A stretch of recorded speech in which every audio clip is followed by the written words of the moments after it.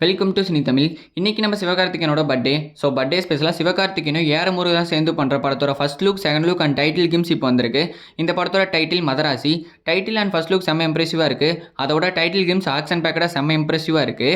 இந்த படத்தில் துப்பாக்கி படத்தில் வில்லனா வந்த வித்யூ ஜமால் இந்த படத்தில் வில்லனா நடிக்க போகிறாரு.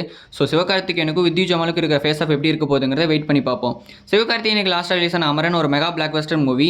ஆனால் ஏஆர் முருகதாஸுக்கு லாஸ்ட்டாக ரிலீஸ் ஆன எல்லா படங்களும் தொடர்ந்து ஃப்ளாப்பு. ஒரு ஸ்ட்ராங்கான கம்பேக் ஏஆர் முருகதாஸ் கொடுப்பாரான்னு வெயிட் பண்ணி பார்ப்போம்.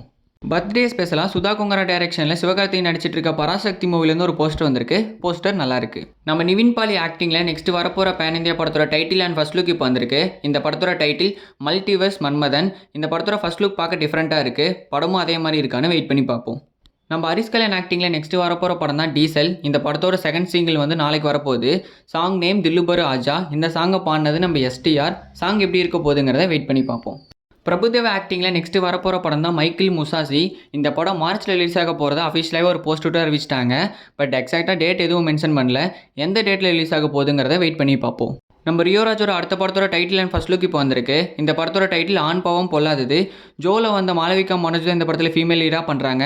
ஜோவில் இவங்க பேர் நல்லாயிருக்கும். ஸோ இந்த படத்துலேயும் அதே மாதிரி இருக்கான்னு வெயிட் பண்ணி பார்ப்போம்.